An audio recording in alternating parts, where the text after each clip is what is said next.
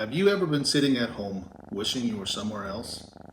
Like this, or this, or maybe this? In today's product review, we have some cool trail camera tech to show you from a company called Share. At least that's how I think you say that, HWI Share. This product may not be able to teleport you from your cozy couch to your hunting area, but it can teleport pictures and videos from your hunting area back to you in your cozy den or your office. Your office. Okay, so here we go. So we knew absolutely nothing about this manufacturer until this product showed up on our doorstep.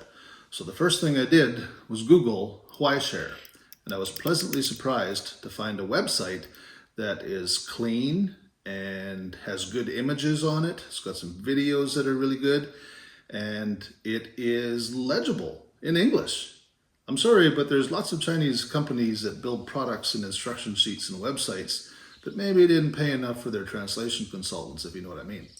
Anyway, this one seems to be good. I'm also very happy with their claimed affiliation with such conservation organizations like the American Birding Association and Safari Club International. So 2 thumbs up for that.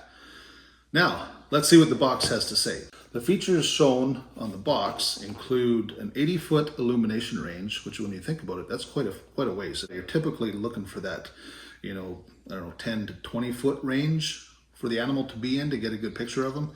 That's almost 30 yards. So interested to see how that plays out. 2.7K resolution on the video side. So that means it's going to be higher than full HD, which is about 2K, and not as high as 4K. But plenty enough resolution for content creation or just counting the number of tines on that deer that's standing at 40 feet away. Trigger time, 0.5 seconds. That's pretty good too. It uses 4G LTE technology, and it's got a built-in battery, which is 7,800 milliamp hours, which seems pretty good. Like I said, it's solar recharged. I really gravitate towards the solar panels, so you're not replacing $25 worth of AA batteries twice a year. Working temperature, minus 25 plus 65. Night vision mode, that's actually the claim to fame for this company. Looking at the website, they seem like their wheelhouse is looking at things in the twilight or low light conditions or pitch darkness. They have the technology applied in rifle scopes, night vision monoculars, security systems, driving systems, all kinds of situations where you're taking video and photographs in low light conditions, which is exactly what we're after with a hunting related trail camera. 4G cell signal, solar charging, night vision, waterproof, motion detection, 2-way intercom, live view on the app. That's interesting. Real-time notifications. That excites me because there's nothing more frustrating than wondering if your camera's working and just wanting to know without driving all the way out there to find out what's wrong with it. Let's see what's inside.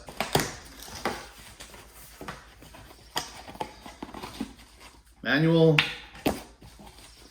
template, solar panel, SIM card, camera. Ooh, it's smaller than I thought.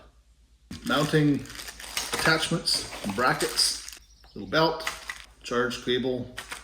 Okay, that's it, empty box. So if we look at the camera itself, I'm blown away by how small it is. Look at that thing.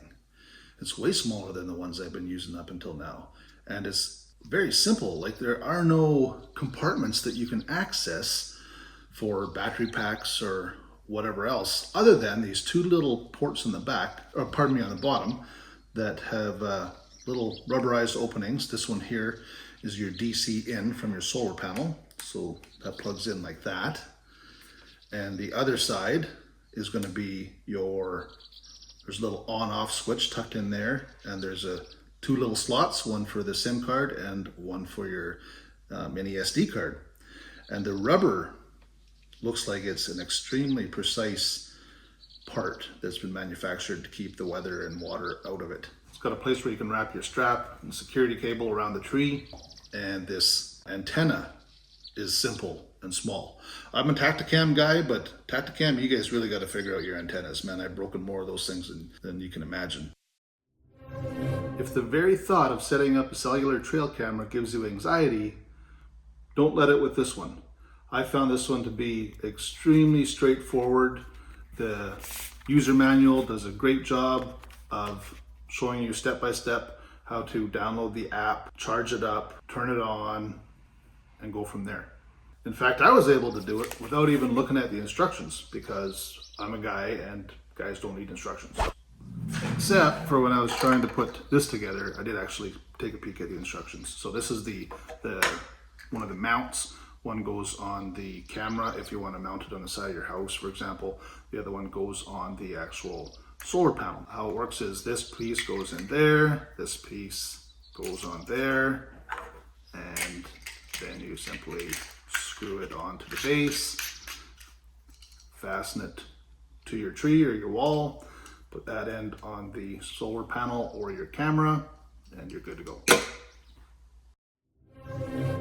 So if you ever went and bought a trail camera, opened up the box, put it together, threw some batteries in it, took it out to the bush, put it on a tree, get home only to find out that you forgot something like updating the application software or initializing it or something. I've learned the hard way that you should always do a yard test before you do a field test, which is why I've got the camera mounted here on the corner of my wife's garden with her ginormous sunflower plants on top of the Reveal SK from Tacticam, which is, of all the cameras I own, my current favorite. And what I like about it is the fact that it has an integral solar panel built onto it. So that's nice, but that comes with a slight disadvantage because when you put a trail camera on a tree, typically, like any good photographer knows, you want the sun to be behind you for the best exposure. So you're typically pointing your camera northward because in our country the sun is in the south.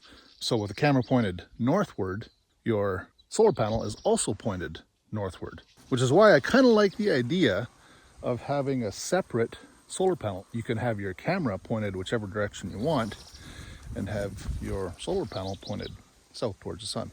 So when you're playing with technology, there's always lots of things that can go wrong, and trail cameras are no exception. In fact, they're notorious for it. And if that happens to you, all you can hope for is that the support system that they claim to have is as good as they say it is. Case in point, one day into my yard trial, my camera suddenly stopped talking to my app and to my phone. And it told me that I had to find a better cell service area, which I thought was kind of strange because it worked just fine previously. So I contacted the company, and it turns out it had nothing to do with the actual cell service in the area. My free trial of data had maxed out, and that's why the SIM card was no longer transmitting. So happy to report though, within a couple hours, customer care team had me back up and running, and nothing but good things to say about them so far. So with everything back in order, I think we're ready for a field test.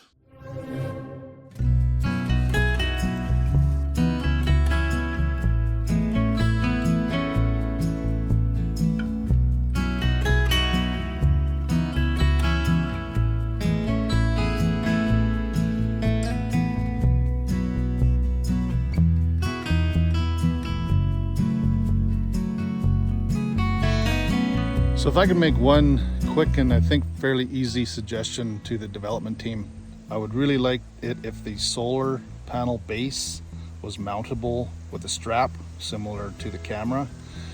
The screws are okay if you're putting it on a house or a fence post or something, but trees are a little bit not flat. And we don't always carry screwdrivers in our tickle trunk when we're out in the bush. So that would be my one suggestion for this scenario. I'm pretty happy with the way it all turned out. It's all mounted up, and I just checked the app and it is communicating. We've only got one cell service bar here, so I wasn't sure, but looks like it's talking to us. So now we wait for the pictures to start rolling in. I'm pretty excited. This area here has been pretty well known over the years for whitetail, mule deer, elk, and moose. And while we're waiting for those pictures to roll in, let me tell you about one of the coolest features I've ever seen on a trail camera, the sensitivity grid. I think this feature is super cool, and logical. So right here I've got the picture of my camera currently mounted in our laneway, so I can monitor who's coming and going. If I open up the camera itself, it will show me the live view. That's right, live view. You're not seeing images from 24 hours ago or 12 hours ago or even 5 minutes ago. You're seeing what's happening in front of your camera right now. It's a little breezy out there today, so I've got it mounted on the post, but I've got this branch hanging in front of it. And most trail cameras will give you the ability to change the settings. So I'm going to activity detection here. You can set it for high, medium, or low. And that's typically where most cameras draw the line. This one takes it one step further and allows you to select an area. So all these little individual grid squares are sensitivity areas. And if you don't want to receive 1,000 pictures of this moving branch, you simply erase all the little squares of that branch could end up in. Some more leaves there, there. I think that's pretty much got it. So in this setting, it's only movement in the yellow areas that will be detected and trigger the camera to take a picture or video. So hold on, why do I need the sensitivity grid if this product uses PIR motion sensing technology? This is the question I had, and if you'll allow me to geek out for just a little minute, I'll try and explain it the best way I understand it. So a PIR stands for passive infrared. It's a sensor that does not detect motion per se, it detects changes in thermal signature, hot versus cold, right? So if you've got a warm-blooded mammal that walks past your field of view, triggers the camera to take a picture. But a branch does not give off a thermal signature. It should theoretically be the same temperature as the surroundings. But these sensors are so accurate that if that branch is in the sunlight and the background is in shade and that leaf is waving past the sensor, it detects that minute variation in infrared radiation and takes the picture. So the sensitivity grid is still useful, and I would highly recommend it. I'm glad this camera has it, because we've all got way too many pictures of nothing. And the less pictures you have of nothing, the more battery power you're going to have, and the more space on your cloud or on your card you're going to have for pictures that you really want to see.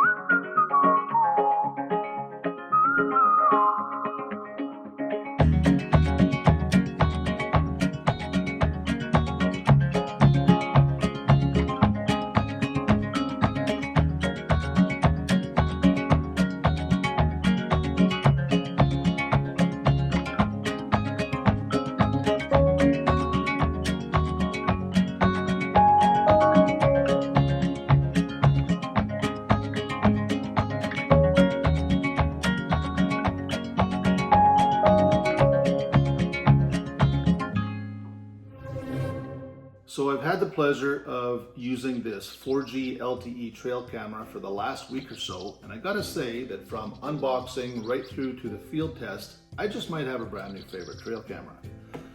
What do I like about it? Well, I like the small size. It's well made. You can just tell there's quality there. Same for the packaging and the literature and the website.